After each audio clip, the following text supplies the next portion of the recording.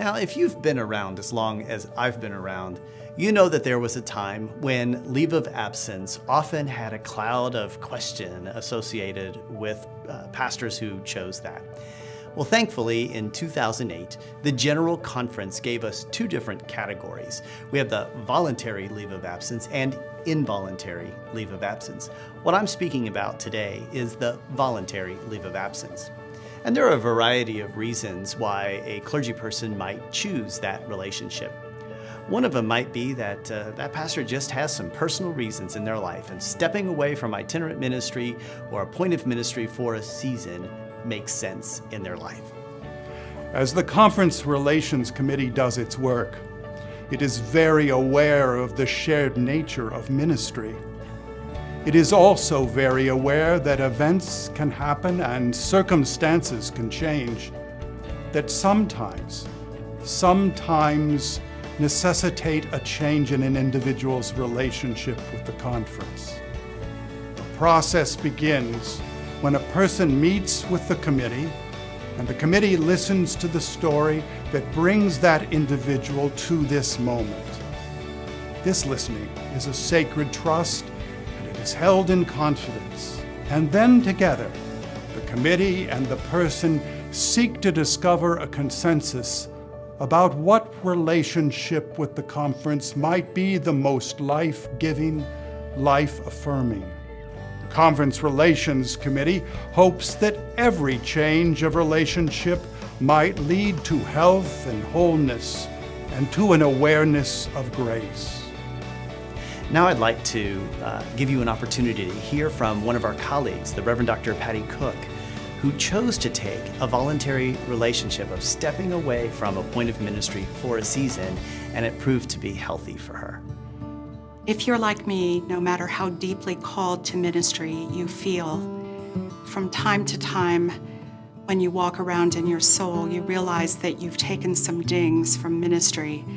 The rudeness of a member, family problems in your own family, and the pressures of weddings and particularly funerals all add to the daily load of being clergy. My high school sweetheart and I reconnected, and we married 4 years ago. And after that time, he went through a couple stem cell transplants for acute myeloid leukemia, causing me to need to move to Louisville and take an extension ministry there. And when he died, a clergy friend of mine sent me a note and said, "This is a black hole," and I knew that to be my truth.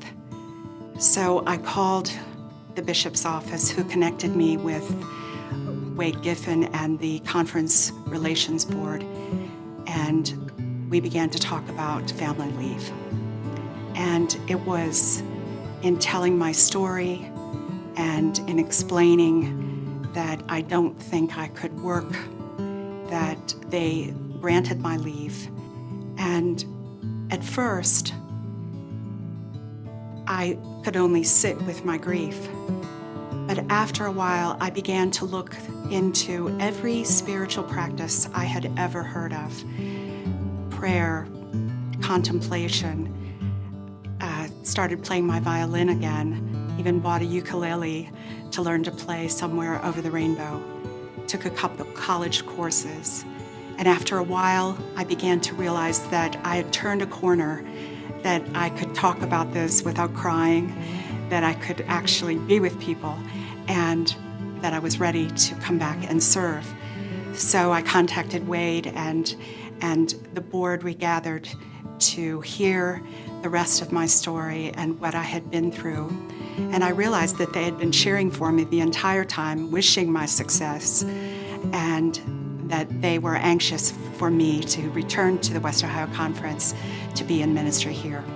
So, sure enough, on July 1st, I will accept an appointment where God will redeem this experience that I've been through, and I will exchange my ashes for beauty.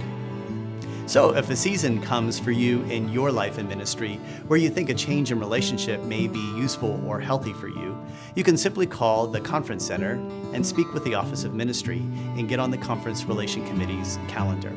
And they will look forward to meeting with you, hearing your story, and partnering with you in discerning the right relationship for you.